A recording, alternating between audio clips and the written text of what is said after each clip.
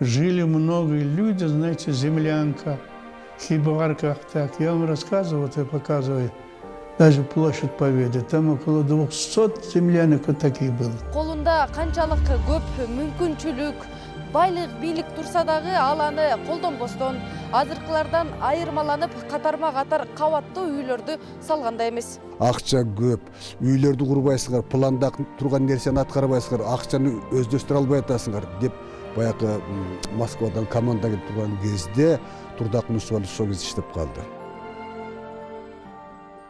Сөз сүйлөгөндө ошонун кооздугуна эмес, мазмунуна көңүл бурсаң, абдан терең айтылган, билгичтик менен айтылган. Негизи эле Усубалиевдин заманында курулган Бишкектин архитектуралык ажарын ачкан имараттарды деги санап бите албайбыз. Биз Россияда чет жакаларда мындай шаар жок. Кыргызстан болсо мрамордон шаар коюп коюптур деп, ушул Турдак Мусубалиевдин кызматынан алынып бир себеби ушу болгон да.